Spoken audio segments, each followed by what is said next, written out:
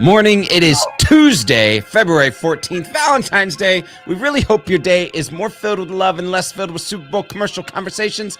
We're looking at Afeela, talking Ford and AI, because Ben's over there and we're talking AI. Why wouldn't we? Yeah. Let's go. Let's go. Hey, Ben, how are you this right now? Welcome to the show. I'm awesome. Immediately after Yeah? this, guess what What'd you say? I said immediately after this, guess what I'm doing? Couldn't have a clue. Couldn't tell you. I'm going to tell you because I know my wife is not listening. I'm going to go and nail Valentine's Day. Yeah. No one tell her. I read an article this morning where it was like more people set alarms for Valentine's Day reminders than like anything else in life. Like make sure and schedule the thing at night and pick up the stuff and do that. Like it is the one day that alarms are just like reminders, right? I have it in my calendar. I did. I should. What I need to do is put it like a week ago. That would have been smarter. Right. Yes. Instead of the day of, you're like, yeah.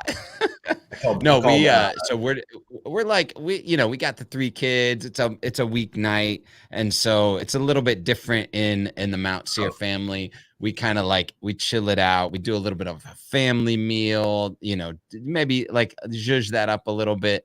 Yeah.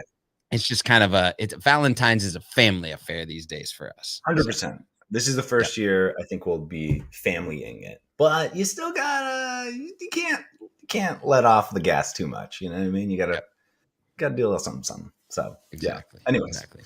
Hey Ben, this morning, the first time ever we put a date and a location in the daily email for a SoduCon. So we made it like official. We said it here on the show, but we put it in the email. So we can't turn back now. September 25th through the 27th in Baltimore for a SoduCon. We're throwing down. It's coming at it again. We'll have right now SoduCon.com is kind of going through a whole shift, and we're moving stuff around and we're trying to make space for all the new things. So we'll make sure and let everyone know exactly when that's coming. But speaking of new things, I got all the things and stuff and, trigger pads. It's not my normal thing to do trigger pads, but Sony Honda Mobility project has launched under the brand name Afeela, or at least that's the best way I can say it. And they are projecting 10-year lease options. Executives say they're in this for the long haul, and they're not looking to just experiment to test the waters. And it seems like they're asking for customers to be in for the long haul as well. Did you see the car? Throw it up again just real quick. If you're watching the video stream, you can kind of see the way it looks. It really looks like a concept car, but it's actually the car that they're saying is going to come to life at this point with video capacities installed in it and gaming capacities. Yeah, Ben. I mean, first take is Afeela. Yeah. I don't know. That sounds like a name you pay a lot of money for someone to come up with, and you shouldn't have. Yeah. Personally. I feel like there has to be some story behind that. I didn't do the research on it. Okay. It's here's if you go to the website, it says mobility that people can feel as an intelligent entity. Mobility that people can feel in society through new technology that can feel people to create and nurture this new relationship. Afeela has already begun. So I think they just put, A's. Oh, A on the, look at this. They see that. Okay, Ben, we're doing a little research right now. Yeah. 3 A's: autonomy, augmentation, and affinity. So there's this wrapping it in the A's and then throw the feel in the middle. It sounds like some 8th grader was like, what do you need your name to be? Oh, it's going to be about feeling and A's. Okay, we'll throw those up on the How on a about we whiteboard. Afeela it? Yeah. Are you Well, Afeela? the big talking point on this is that they are really leaning into the software side of things. They want to provide mobility services for the future, but they also want to change not just the hardware, but the software side of the automotive retail business. Things like citing, hey, there's going to be video games to play or videos to watch when you're maybe sitting there waiting for your vehicle to charge. So it's really a tech forward kind of idea, but agreed. It's a name that kind of makes a feel a little different. You know what I'm saying? On the flip. Okay. What I would say, 10-year lease sounds a lot like a new way to say subscription, right? Yes. And the thing I've always kind of like been a proponent of is sort of this retail is trying to become SaaS is trying to become fintech trying to become crypto thing. I don't know if fintech's really trying to become crypto anymore just because of recent events, but recent. I mean, it's coming back. It's coming back. Yeah. Dude, I think it will. I mean, I don't think it's gone.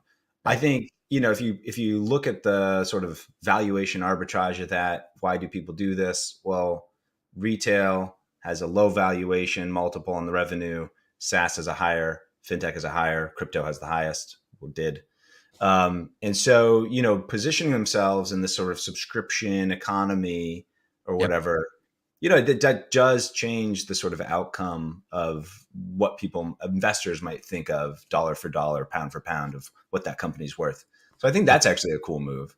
Don't like the Well, name. Sony, I mean, they have mentioned multiple times that over-the-air updates are going to be regular elements. I mean, you look at Apple, like they come out with Venture, and then 2 months later, it's like, here's point one, here's, and it's just it's not like they have to make a big announcement. It's just over-the-air update after over-the-air update. The question is, can the actual vehicle keep up with a 10-year ownership period when average ownership periods are still under 3.6, I think.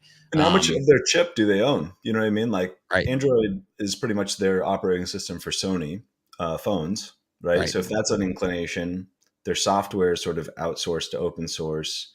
And then you have their chips are all Snapdragon chips in the Android phone. Right. So I'm guessing they're partnering with like NVIDIA or something like that for the car. Yes. So it's sort of this weird, like, whereas you compare it with like a Samsung just recently got rid of some of their chips, but they own a lot of their silicon, right? Apple owns a lot of their silicon. Tesla owns a lot of their silicon. So I feel like the advantage is to those that are owning their supply chain more as opposed to outsourcing. So it'll be interesting to see what those guys do there too. It will be interesting, especially because we didn't have this in the show, but it sounds like Apple has allowed some test drives in a prototype model. So maybe we can grab that tomorrow and I might actually switch to Apple if the car is dope.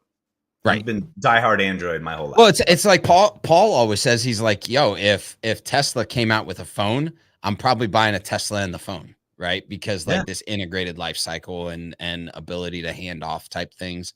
Yeah. And probably get Starlink satellite internet, exactly. where, 100% wherever you're driving. Exactly. Coverage on Mars.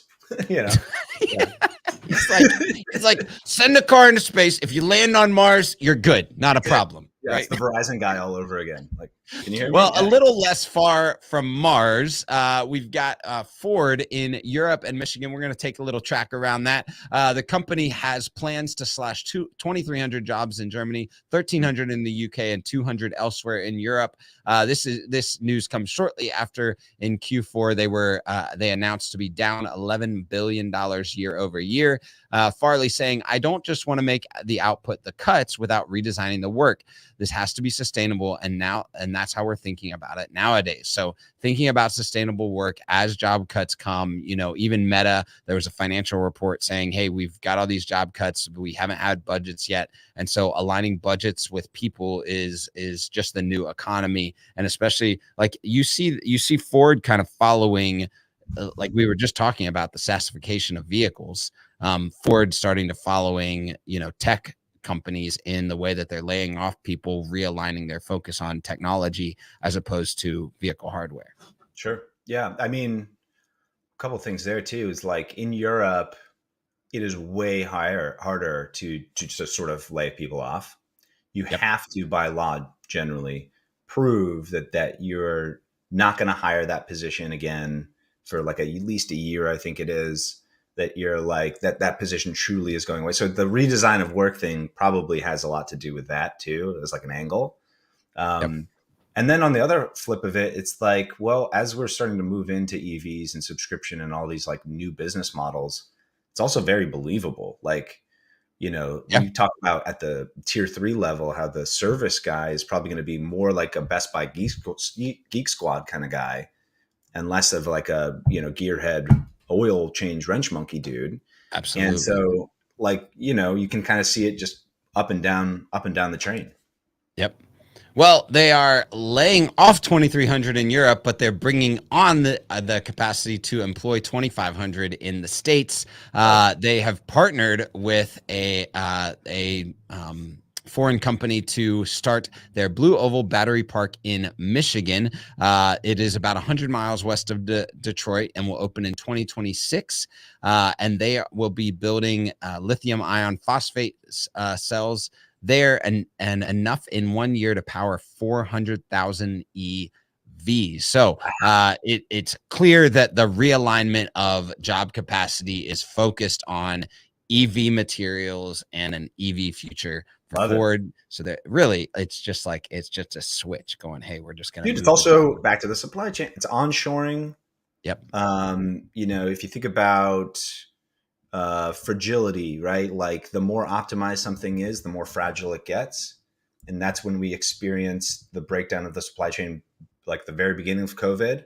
Super optimized supply chain, brittle as hell, right? Yep.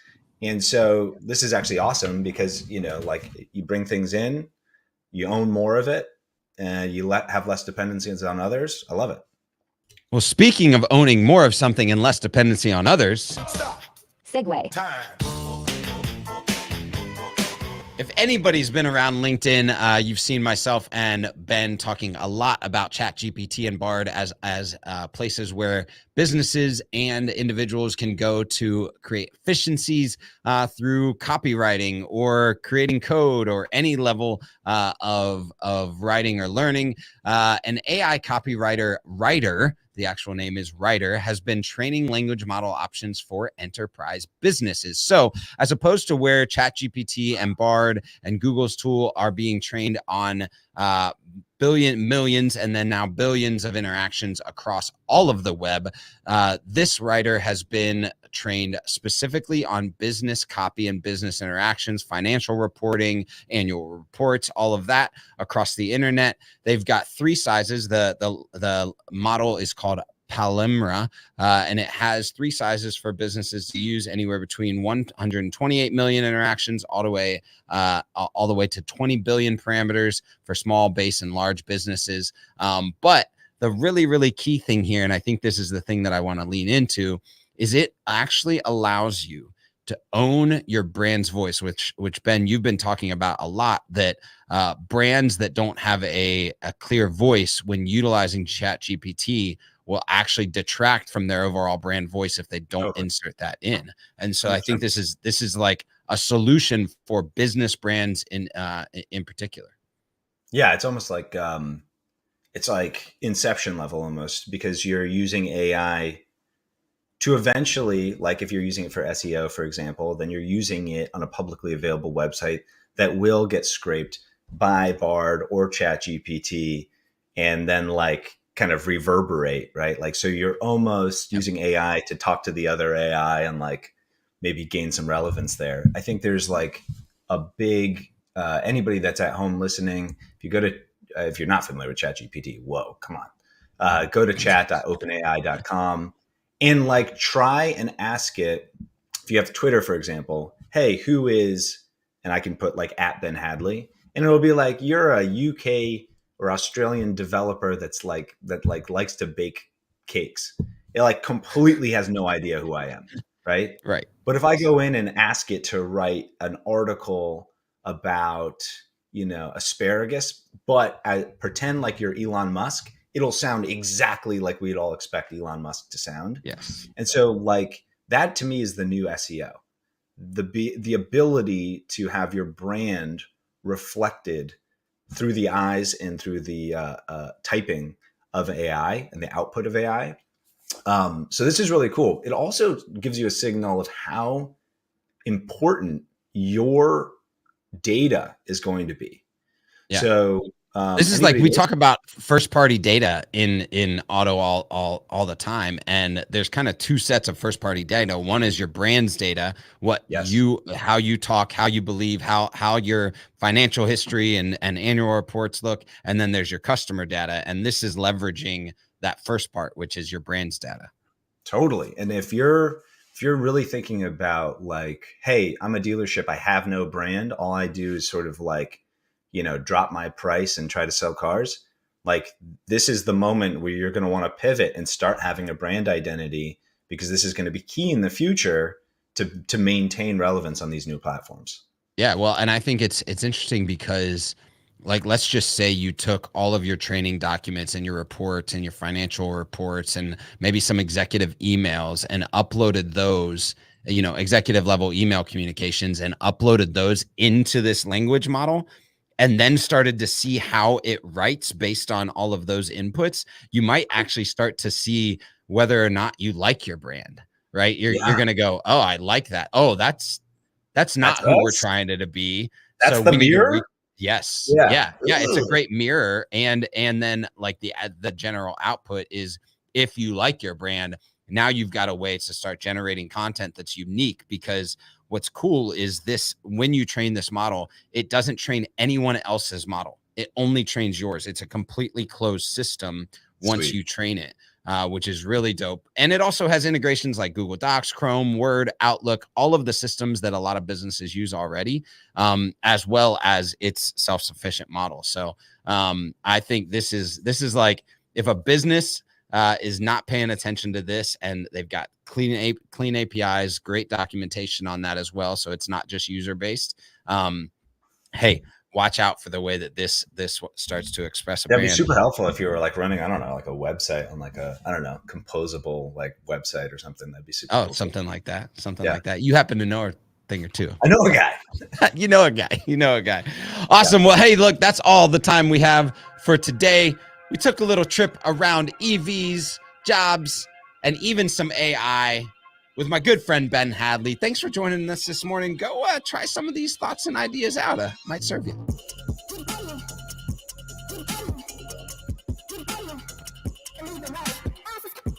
I think that was our fastest show ever.